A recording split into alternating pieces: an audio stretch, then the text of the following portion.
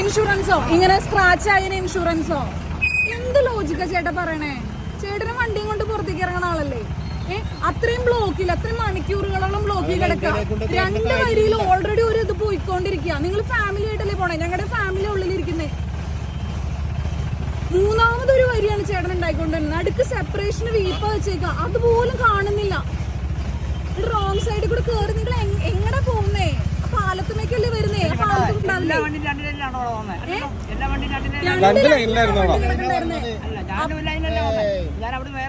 ചേട്ടനെ ഓപ്പോസിറ്റ് ആയിരുന്നില്ല കിടന്നേ.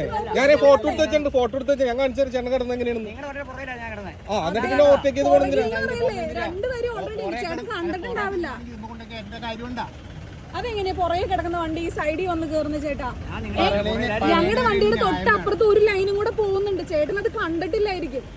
വണ്ടി ഓടിക്കുന്ന ആൾക്കാർ അതൊക്കെ ശ്രദ്ധിക്കണം. അല്ലാണ്ട് ഇല്ലാന്ന് പറയണ എങ്ങനെയാ? ഓൾറെഡി അപ്പുറത്ത് വരിയുണ്ട്.